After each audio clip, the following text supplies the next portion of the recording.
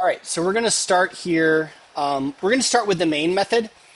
So what we're going to do is a great use of a set is storing like all the words in the dictionary because we don't care, we only want unique words and we don't care what order they're in. So we're going to create two sets of strings.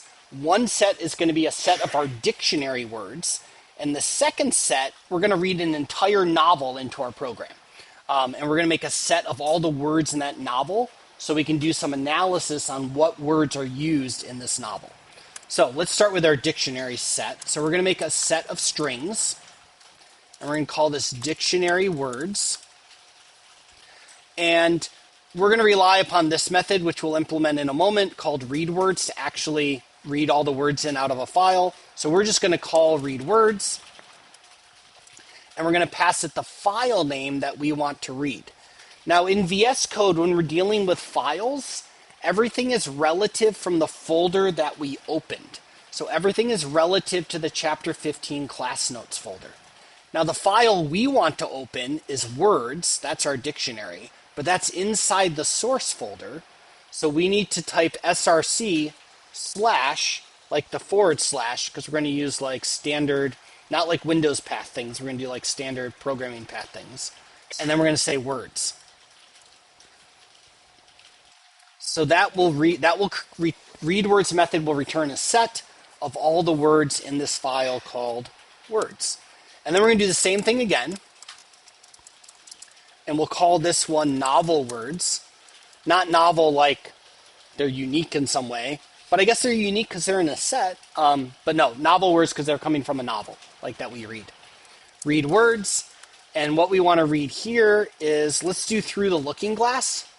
So through the looking glass.txt. And if you want to play with this more later, I also included the entire text to War and Peace.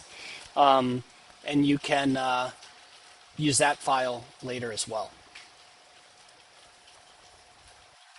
So we can use our sets to do various types of analysis. And we're going to do this like in 3 steps. Actually, we're going to analyze 3 different things about Through the Looking Glass by Lewis Carroll. So first thing we want to do is we want to print all the words that are in the novel, but not the dictionary.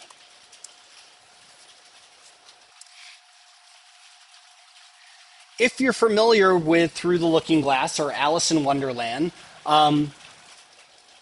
Lewis Carroll makes up a lot of words. And so we can see what all these made up words are very easily by using sets.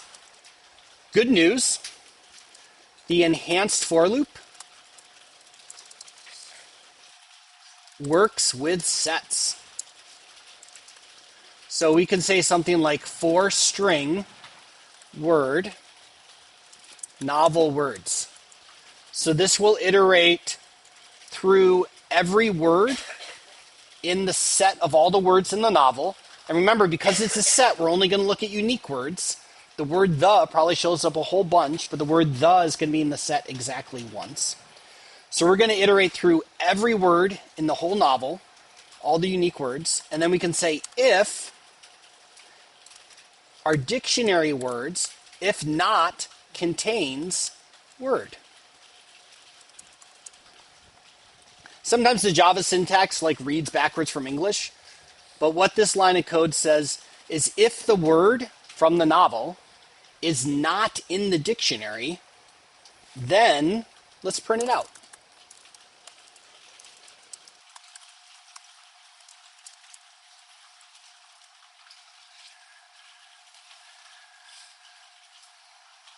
This is a great example of how sets are powerful. These 3 lines of code prints all of the words in the novel that aren't in the dictionary. That's super powerful and concise. All right, let's do a couple other things. Number 2, let's print the number of words. The number of unique words. The number of unique words in the novel. We can do that in 1 line of code. System.out.println unique words plus novel words. Anyone know what method I'm going to call? If I want to know the number of unique words in my novel? Yeah, just like all the other collections, we call size. Because a set only stores unique values, the size of the set will be the number of unique words in the novel. All right, number 3. We will print the number of unique words. This is like arbitrary. I don't know why we care. Unique words with greater than 3 letters. I just want to give you another example. In this case, let's use an iterator. We won't use a list iterator because a set isn't a list. But we can use a capital I iterator object because the set is still a collection. So we're going to have an iterator that will iterate over string values. I equals novel words dot iterator. There are unique methods on a list iterator that we've been doing previously that are not on a standard iterator. Because we can linked lists have certain properties, that we don't have with other types of collections. So here we're using the more generic base iterator type. But the structure is going to be similar. Even though we're not calling list iterator here and the type isn't list iterator, we're still going to do yi.hasNext. That's not going to change. We're still going to say if I.next, I'm going to call next here. Remember that returns the element, the next element in the iteration, which is in some unsorted order. If the length of that string is less than or equal to 3, I'm going to remove it from the set. So I'm basically filtering through the set of all the words in the novel, and I'm removing all the words that are less than or equal to 3 letters. So when this loop finishes running, the only words left in this set are those greater than 3 letters. So println unique words greater than 3 letters,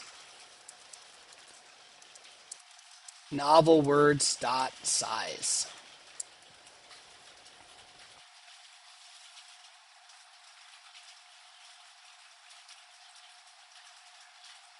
All right, I was super excited for a moment because I'm like, oh, we're going to get to run the code before the bell rings in 90 seconds.